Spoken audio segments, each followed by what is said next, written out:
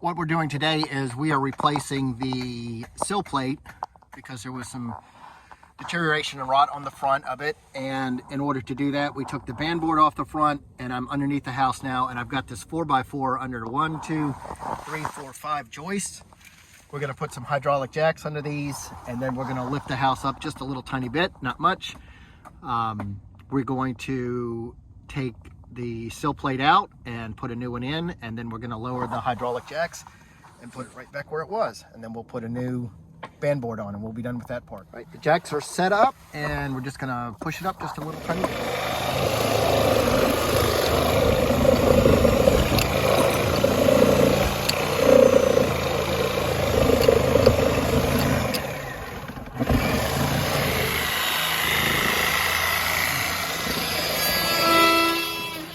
This is the magic floating house stage. If we don't, we fix it. It's not a big deal. You fix it, boy. And chop back charge it. How many screws, where the jack screws, where the table? Screws. Right down in the table. That's as perfect as I've ever seen. Tight, but not too tight. Wayne could have done that. He would have. Catch on top. I don't want to kill it. Nope, cut all those off. Perfect. We are using PVC flashing, and the reason we're using PVC flashing is because, Todd? The reason we use PVC flashing is because you cannot use aluminum flashing with salt-treated lumber. It'll eat through the flashing.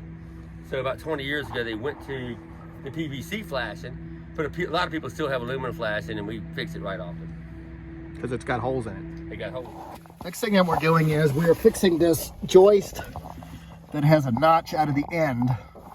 So this joist is supposed to bear weight on the sill plate, roughly about 6 inches or so, but there's a big notch taken out of it because there's a bolt there.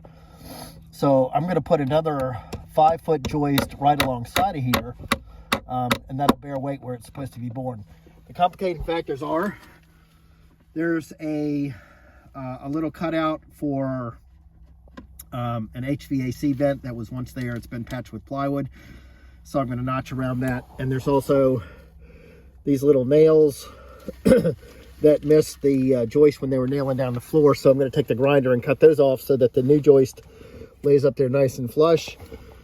And the other thing is, this is a gas line, so I got to be really careful when I lay the joist in beside here that I don't do anything to damage that.